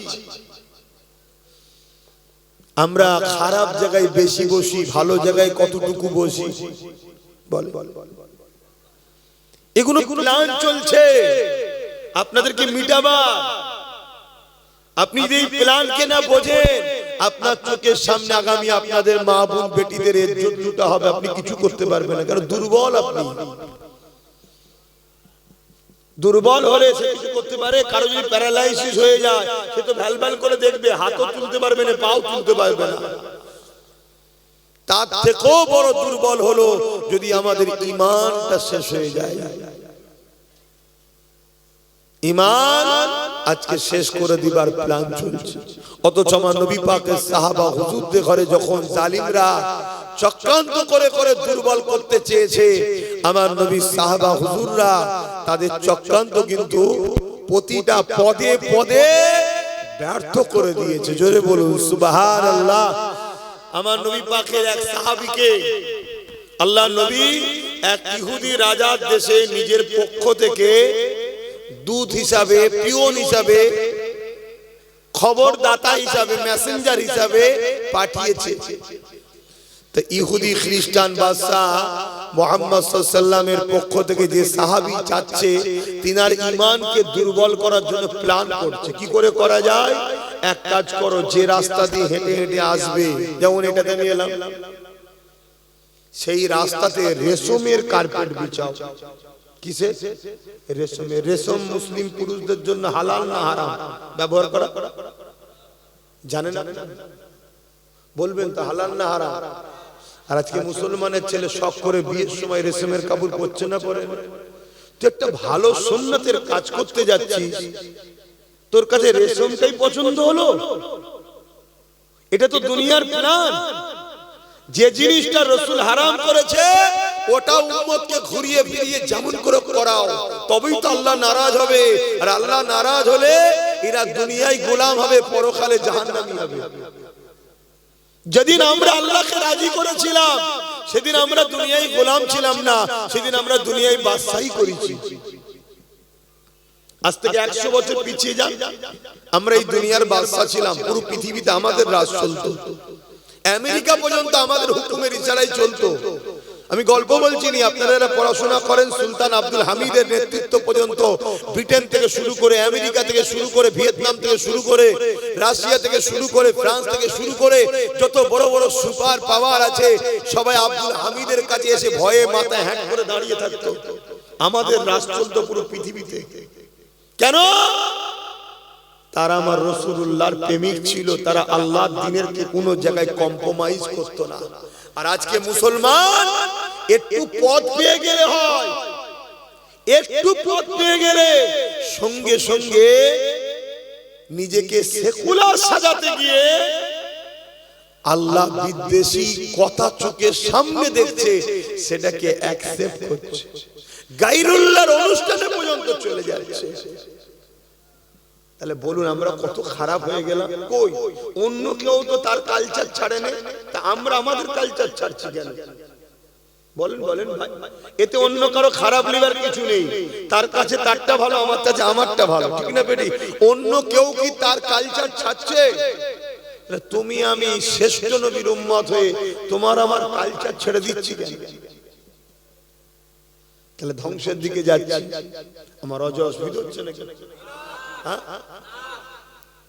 বোঝেন আমার বাপজানেরা, ভাইরা, আমাদেরকে ধ্বংস করে দিতে চাইছে, আমাদেরকে মেরে দিতে চাইছে। আমাদেরকেও প্যালেস্টাইনের মতো ছেলের সামনে মাকে রেপ করবে, ভাইয়ের সামনে বোনকে রেপ করবে, এসে দম দম করে গুলি করে সব মেরে শেষ করে দেবে, ওতে বোম ফেলে মেরে ফেলবে। এরকম সব প্ল্যান চলছে আমাদেরকে মেরে ফেলা। আমি আপনাদের বাঁচাবার চেষ্টাই বুঝাচ্ছি। আমি বলছি না তুমি অন্য কারোর সঙ্গে দুশ্মনী করো, ঝগড়া করো, না না, কিচ্ছু করতে হবে না, শুধু রাসূলুল্লাহর কদমে চলে আসো, ব্যাস, আর কিছু করতে হবে না। একটাই কাজ, শুধু জিন্দেগিতে মডেল হিসেবে রাসূলকে মেনে নাও। কারবার, ব্যবসা বাণিজ্য, সংসার, অর্থনীতি, সমাজনীতি, ধর্মনীতি, মানবনীতি, রাজনীতি, পরিবার নীতি, এডুকেশন নীতি, সম্প্রীতি নীতি, বন্ধন নীতি, রাষ্ট্রনীতি, শুধু রাসূল হলো মডেল। রাসূল যেভাবে সংসার করতে বলেছে করব, নবী যেভাবে ব্যবসা করতে বলেছে করব, নবী যেভাবে অমুসলিমকে ভালোবাসতে বলেছে বাসবো, নবী যেভাবে সর্বধর্মের মানুষের সঙ্গে মিশতে বলেছে, নবী যেভাবে বলেছে সেভাবে মিশবো, নবী যেভাবে রাষ্ট্রকে ভালোবাসতে বলেছে বাসবো, নবী যেভাবে রাজনীতি করতে বলেছে করব। এক কথায় রাসূল হলো মডেল। দেখো তোমাদের হাতে আবার সব আল্লাহ ফিরিয়ে দেবে, তোমাদের আল্লাহ আবার মালিক বানাবে। শুনছো ভাই? আর তুমি আমি মুখে বলছি আল্লাহ ও রাসূলের, আর সারাক্ষণ কাজ করছে আল্লাহ ও রাসূলের দুশমনের গোলামি করে, তাহলে আল্লাহর সঙ্গে ধোঁকা দেওয়া হচ্ছে না? আল্লাহ ছেড়ে দেবে? বাবেরা, নওজোয়ান তরুণেরা, আল্লাহ সাহাবা হুজুরদেরকে পরীক্ষা নিয়েছে। ইহুদি খ্রিস্টান রাজা আমার রাসূলুল্লাহকে সাহাবাদেরকে পরীক্ষা নিবার জন্য রেশমের কাপড় বিছিয়ে দিয়েছে। আল্লাহ নবী জানিয়ে দিয়েছে উম্মতের পুরুষদের জন্য রেশমের কাপড় পরা হারাম, উম্মতের পুরুষের জন্য সোনা ব্যবহার করা হারাম। এই সোনার মধ্যে যে ধাতু আছে, এই ধাতু পুরুষের শরীরে শুট করে না, যেটা এত মারাত্মক ব্যাধি হয়, এত মারাত্মক ক্ষতি হয়। এই জন্য আল্লাহ রাসূল নিষেধ করেছে, নারী শরীরের জন্য ওটা সুটেবল, এই জন্য নারীদের ব্যবহার করা যায়, কি পুরুষের এসব ব্যবহার করতে নাই, নারীদের জন্য চলে। কেন? পুরুষের এসে এমন একটা পোকা দিয়ে তৈরি যেটা পুরুষের শরীরের জন্য সুটেবল নয়, এই জন্য রাসূলুল্লাহ নিষেধ করেছে। এই নবী পাকের সাহাবীকে নবীর কথাকে অমান্য করাবার জন্য খ্রিস্টান বা রাস্তাতে রেশমের কাপড় বিছিয়ে দিয়েছে। এরা শুধু চায় আমরা যেন নবীর কথা অমান্য করি, এরা শুধু চায় আমরা যেন আল্লাহর বিরুদ্ধে চলে যাই, ব্যাস, এরা আর কিছু চাই না। তাতে যদি পয়সা লাগে বলো পয়সা দেবো, মাফ করবেন ভাষা শুনতে খারাপ লাগবে, যদি বাড়ি নিয়েও চাও চাও, শুধু আল্লাহ রাসূলের কথা অমান্য কর, ব্যাস, আর কিছু না। নেতা চাইবি, নেতা হবি, তোকে নেতাও বানাবে, শুনছেন তো নাকি? পদ লাগবে, এলে লিজা, শুধু আল্লাহ রাসূলের কথাকে অমান্য কর। কেন? আল্লাহ রাসূলের কথা অমান্য যদি এই উম্মত না করে, আমি জাত পাকের কসম দিয়ে বলছি আল্লাহর, দুনিয়ায় কোন মা এমন সন্তান জন্ম দিতে পারেনি মুহাম্মদ রাসূলের উম্মতকে মিটাতে পারবে। জোরে বলুন সুবহানাল্লাহ। আল্লাহ, বুঝতে পারছেন? আমাদের তো ভাবতে হবে যে কে আপন আর কে পর। আমার নওজওয়ানেরা, তরুণেরা, এ নবী পাকের প্রেমিকেরা, আল্লাহ নবীর সাহাবী যখন ওই রাস্তা দিয়ে হেঁটে যাবে, হুজুরের নজরে পড়ে গেল রেশমের কাপড় বিছানো রয়েছে। এই হুজুর কোমর থেকে অস্ত্র তরোয়ালটাকে বার করে নিয়ে ওই রেশমের কাপড় যেখানে বেঁধে সিল করা ছিল ওইটাকে কেটে দিয়ে কাপড়টাকে সরিয়ে দিয়ে পাথরের রাস্তার উপর দিয়ে হেঁটে হেঁটে রাজপ্রাসাদের মধ্যে প্রবেশ করছে। রাজা দূর থেকে দেখতে লেগেছে মুহাম্মদ রাসূলুল্লাহর গোলাম, নবী পাকের অনুসারী, নবী পাকের সাহাবী, নবী পাকের পাঠানো দূত, সে রেশমের কাপড়কে সরিয়ে দিয়ে তার উপরে হাঁটলো না, সরিয়ে দিয়ে পাথরের উপর দিয়ে হাসতে লেগেছে, হাঁটতে লেগেছে। হেঁটে হেঁটে যখন রাজ দরবারে পৌঁছেছে, আল্লাহ নবীর সাহাবী দেখতে লেগেছে দুটো চেয়ার রয়েছে, একটা চেয়ারে রাজা নিজে বসে রয়েছে, আর একটা চেয়ার রাসূলুল্লাহ সাহাবীর জন্য রেখেছে, যে চেয়ারটা হলো সোনা দ্বারা তৈরি।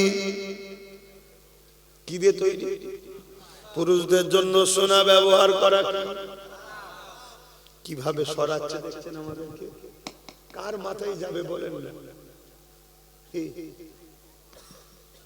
আল্লাহ নবী সাহাবী চেয়ারকে সরিয়ে দিলেন, দিয়ে বললেন অন্য যদি কোনো কাঠের থাকে লিয়া শোনাই নিচেই বসছি। এই দৃশ্য দেখে খ্রিস্টান বাদশা জিজ্ঞাসা করতে লেগেছে, কেন আপনি আমার সুন্দর তৈরি করা রাস্তা আপনার জন্য ওটাকে সরিয়ে দিলেন, আর কেন আপনি সোনার সিংহাসনে বসবেন না? সবই জানে, তারপরে জিজ্ঞাসা করতে লেগেছে। আল্লাহ নবী সাহাবী বলেছিলেন, হে খ্রিস্টান বাদশা, আমার রাসূলুল্লাহ দিনে শেষমের কাপড় পুরুষদের জন্য ব্যবহার করা হারাম এবং সোনা পুরুষদের জন্য ব্যবহার করা হারাম। আমার রাসূলুল্লাহ একটা কথা, একটা হুকুম আমাদের জানের থেকেও অনেক বেশি দামি মাইনে রাখে।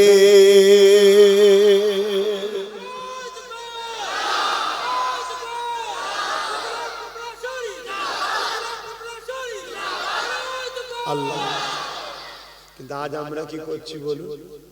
আমাদেরকে দুনিয়া গানে নিয়ে যাচ্ছে, আমরা চলে যাচ্ছি। পিকনিকে লিজে নাচ গান হচ্ছে, পিকনিক করা আমি খারাপ বলবো না, কিন্তু বাজনা গান নাচ এটা তো আমাদের জন্য হারাম। অন্য কারো জায়েজ হতে পারে, আমাদের জন্য হারাম। তো কেউ বলবে নাকি ঠিক আছে এই বছরে ঢোল বাজানো হয়েছিল, গান হয়েছিল, সামনে বছরে ঠিক আছে কোরআন তেলাওয়াত হবে, মানবে অমুসলিমরা? এক কথা বলছো না তো? তাহলে সে তার কালচার ছাড়ছে না, আমি কালচার ছেড়ে দিলাম কেন? আমার কথা কি তোমাদের খারাপ লাগছে? গোড়ামি গোড়ামি লাগছে যে মোল্লারা এই জন্যই তো মরেছে, এরা বড্ড গোড়ালো। হ্যাঁ, গান বাজনা হলো জেনার মন্ত্র। গান বাজনা জেনার মন্ত্র, মানুষকে জেনার দিকে নিয়ে যায়, আর জেনা মানুষকে জাহান্নামের দিকে নিয়ে যায়। ভাবতে পারছো? হে নবী পাকের গোলামেরা, হে নবী পাকের উম্মত উম্মতিরা, মন দিয়ে শুনে, যে কাজ করবেন নাকি একবার ভেবে নেওয়া দরকার, এই কাজ আমার রাসূলুল্লাহ নিষেধ করেছে কিনা। আমার রাসূলুল্লাহ যদি নিষেধ করে থাকে, ওই কাজ তোমাকে আমাকে করলে হবে না। যদি ওই কাজ করার বিনিময়ে কোটি টাকাও যদি পাওয়া যায়, ওই টাকাকে তোমাকে প্রত্যাখ্যান করতে হবে। ওই কাজ করার পরও যদি তোমার জানের উপরে হামলা হয়, তাও ওই কাজকে প্রত্যাখ্যান করতে হবে। যদি ওই কাজ না করার জন্য তোমাকে জালিমরা জেলে দেবে বলে, তোমাকে খুশি মনে জেলে যাওয়াটা উত্তম মনে করতে হবে। কিন্তু রাসূলুল্লাহ নিষেধ করা কোনো কাজকে মানা যাবে না। কেন? আল্লাহ তোমাকে আমাকে আশরাফুল মখলুকাত করে এই জমিনের উপরে পাঠিয়েছে, বড় ভালোবেসে পাঠিয়েছে। ওমা খালাকতুল জিন্না ওয়াল ইনসা ইল্লা লিয়াবুদুন। মানব জিন জাতি, এই দুই জাতির হিসাব নিকাশ হবে ইল্লা লিয়াবুদুন। আল্লাহ পাকের দাসত্ব করার জন্য পাঠিয়েছে।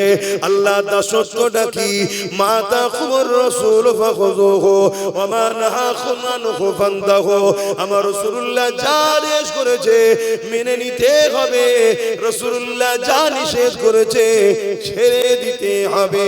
এই রাসূলুল্লাহর আদেশকে আমরা ছেড়ে দিলাম, নবী পাকের নিষেধকে মেনে নিলাম, উম্মতে মুহাম্মাদি দাবি করে বেড়ায়।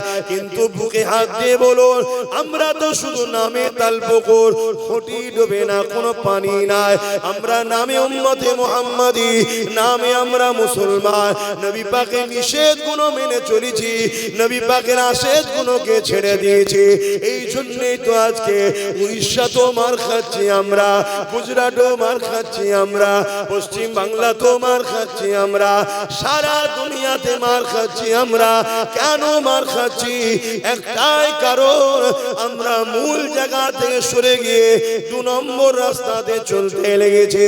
যদি বাঁচতে চাও ফিরে আসো, এখনো সময় আছে। আমার রাসূলুল্লাহর কদমে চলে আসো। আমার নবী পাকের কদমে যারা ছিল, দুনিয়া তাদেরকে দেখে ঠাট্টাই আর কি মশকরা করেছিল। তাদের পায়ে জুতো ছিল না, পরনায় ছিঁড়া জামা ছিল, কিন্তু 313 জন অর্ধেক পৃথিবীকে বিজয় করে নিয়েছিল। আরো জোরে বলুন সুবহান।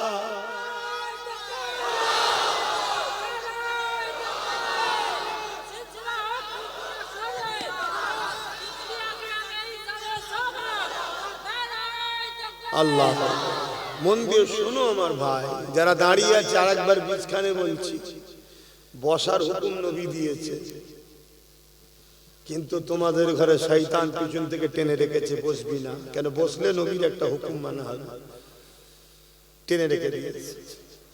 এবারে ভালো লাগে শোনো, না ভালো লাগে না শোনো, আমার কি যায় আসে, যা বসে গেছে যথেষ্ট। কি যা বসে গেছে যথেষ্ট, আলহামদুলিল্লাহ। এই যে বলার পরে কিছু ভাই বসলো না, এরা বসে নেকি পেল, আমার কি হলো? এরা বসলো, আল্লাহ খুশি হলো এদের উপরে। উলামা ভাইরা আছে, কোরআনের মাহফিলে বসলে আল্লাহ রাজি হয়, খুশি হয়ে যায়, নেকি হয়। তা আমার কি হলো? এই যে ভালো কথাটা প্রচার করলাম, আপনি যেমন নেকি পেলেন, আমার প্রচার করার দরুন আমিও সেম নেকি পেয়ে গেলাম। জোরে বলুন সুবহানাল্লাহ। আপনার থেকে কেটে দেবে না, আপনারটা আপনি পাবেন। আর আমি বললাম বলে শুনলেন ভালো কথাটা, এই বলার দরুন আমি নেকি পেয়ে যাবেন। তাহলে আপনাদেরও তো উচিত তো ভালো কথা বলা। তা ভালো কথা শুনে যদি আপনার ছেলে মানে, তাহলে আপনার ছেলে মানার জন্য নেকি পাবেন। আপনি বাপ বলেছেন, আপনি নেকি পাবেন। আপনি বলার দরুন ভালো কথা, আপনার স্ত্রী আপনার কথা শুনলো, ভালো কাজ শোনার জন্য সে নেকি পাবে, আপনি স্বামীও নেকি পাবেন। স্ত্রী স্বামীকে ভালোবাসায় বুঝালেন যে আপনি নামাজ কাজা করছেন কেন, আল্লাহ আপনাকে কত সুস্থ রেখেছে, ভালো রেখেছে, জন চেহারা না, ইনকাম হচ্ছে, আল্লাহ খাওয়াচ্ছে, নামাজ পড়েন, হজের বেলা ওঠেন, আরামে ঘুমোলেন। আপনার কথা শুনে ধরুন আপনার স্বামী যে নামাজ পড়লো, নামাজ পড়ে যে নেকি পাবে, আপনি তাকে ভালো রাস্তা দেখালেন, আপনিও নেকি পাবেন। জোরে বলুন সুবহানাল্লাহ। এজন্য সবার উচিত একে অপরকে ভালো কথা বলা, কিন্তু বলার জায়গায় বলতে হবে। আপনি যদি ইমামের দায়িত্ব জায়গায় দাঁড়িয়ে বলেন, তাহলে আবার অন্যায় হবে। ইমামের কাজ পুরো মুসল্লিকে বলা। কথা বললেন, ইমাম দুই ধরনের জানেন তো নাকি? একটা ইমামে সুকরা, একটা ইমামে কুবরা। একটা বড় ইমাম, একটা ছোট ইমাম। মসজিদের যে ইমাম, এটা ইমামে সুকরা। ওই মহল্লার ওই মুসল্লিদের জন্য ইমামকে কিয়ামতের দিন ধরবে। এটা শুনে রাখেন। ওই মহল্লার ওই মুসল্লি যদি ভুল করে, অন্যায় করে, ইমাম যদি না বলে, বলার পরে শুনে নেই, ইমামকে আল্লাহ ছেড়ে দেবে। কিন্তু অন্যায় হচ্ছে ইমাম বলেনি, ওই মুসল্লি অন্যায়, ওই মহল্লা অন্যায় করার দরুন ইমামকে আল্লাহ কিয়ামতের দিন ধরবে। আমি আব্বাস সিদ্দিকী আমারটাও বলে দিই না, ইমাম সাহেব না মনে দুঃখ করবে। তা আমাদের সিলসিলার ভক্ত মুরিদ কোটি কোটি আছে, কেউ অন্যায় করছে, ভক্ত মুরিদ অনুসারী। আমি যদি না বলি, কিয়ামতের দিন আল্লাহ আমাকেও ধরবে, এটা অন্যায় রে বাবা, করিসনি। এবার আমি বলার পরে অন্যায় করছে, আমায় ছেড়ে দেবে, তাকে ধরবে। কিন্তু কে সে বেচারিটাও বড় জ্বালায় আছে। তো যাই হোক, এই জন্য আমি বললাম বসেন। বলার পরে দেখলাম প্রচুর ভাই বসে গেল যারা দাঁড়িয়ে ছিল। তো ওরা বসে যে নেকিটা পেল, আমি বলার দরুন যে কথাটা শুনলো, তো ভালো কাজ এটা প্রচার করলাম, আমি সেম নেকি পেলাম। জোরে বলুন সুবহানাল্লাহ। দরুদ শরীফ আল্লাহুম্মা সাল্লি